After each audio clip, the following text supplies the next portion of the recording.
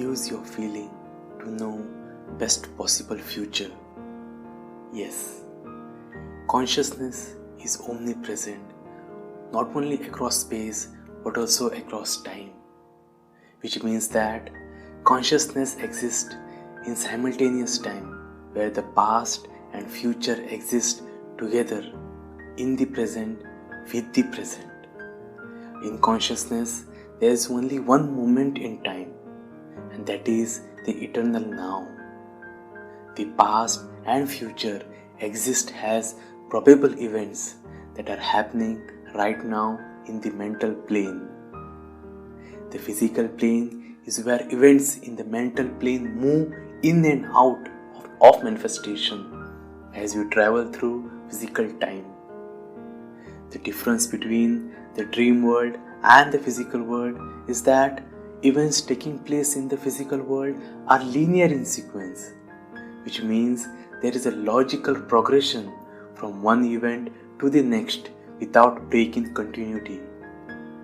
But in the dream world, events are non-linear and discontinuous, which means you could be observing one event and the next moment you are in a completely different one. This is how experience in the mental plane is like, where time is non-linear and you can time travel.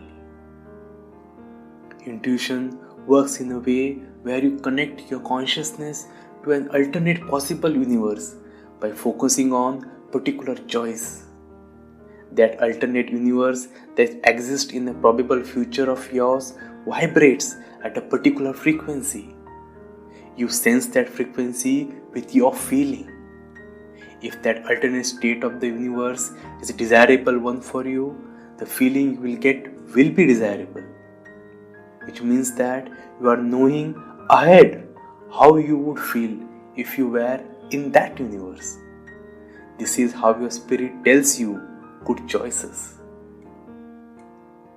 You are consciousness and therefore you exist everywhere in space and time.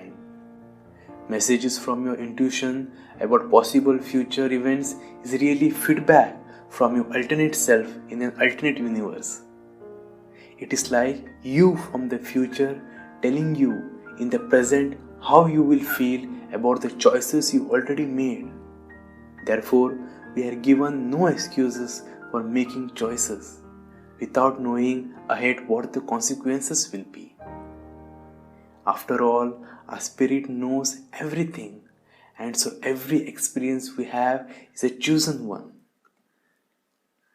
Before making a choice, think about how you would feel after you have already made it.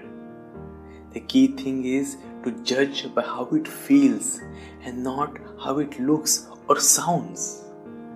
Feeling is the sense that perceives beyond what you see or hear.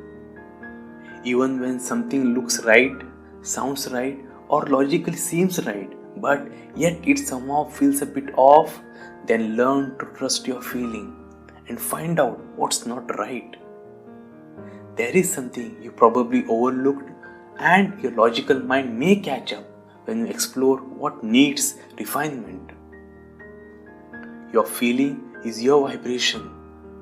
When you are experiencing something that is good for you, you will feel good about it. That is why to be happy and fulfilled in life, you have to do the things that make you feel good.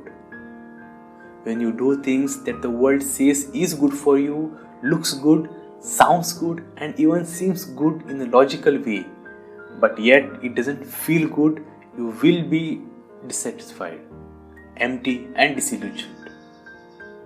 Your purpose here is to live your calling by following the spirit which guides you by your truest feelings.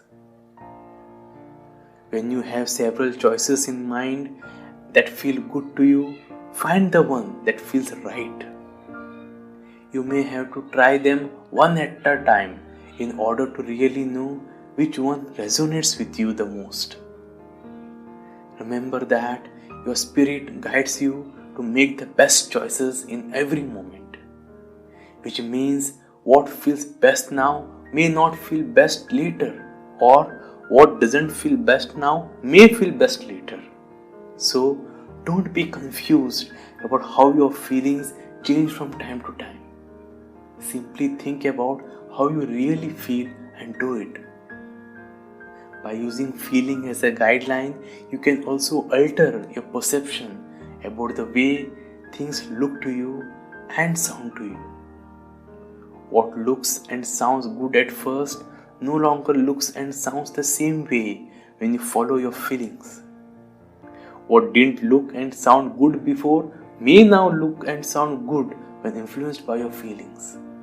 So, never make your choices based on appearances alone, but always give attention to what is unseen but felt. Guys, your five senses are external, but your sixth sense is internal. You do not only sense an alternate possible universe with your feelings, but you also attract it to you. That is why the only appropriate usage of negative feeling is for sensing undesirable possible realities so that you may avoid manifesting them into physical experience or to prepare for them if they are inevitable. Negative feelings and scenarios are not meant to be focused on and not to be avoided either. You should acknowledge negative feelings and then focus on positive feelings to attract their reality. Feeling also creates reality by giving it energy and attracting power to manifest. Before you make a choice, you should feel good that you are going to make a good choice. This sets the stage for you to attract the best possible choices to show up in your reality. Then, as you look through the possible choices, look for the one that feels better than the rest. Feel good as you make the choice and after you have made it. Feel good about having made it. Feel good before, during and after a choice for best results. Understanding that feeling is both a perceptive and a creative power enables you to use it to the fullest. Energy moves in two directions, in and out, and it moves both ways simultaneously. When energy is moving out, it is also moving in and vice versa. You attract what you feel and you feel what you are attracting. In order to experience a thing, you have to become that thing. Consciousness experiences by becoming that which is experiencing. So guys, feeling is a state of being. Feel and know your best being. Thank you for watching. Peace.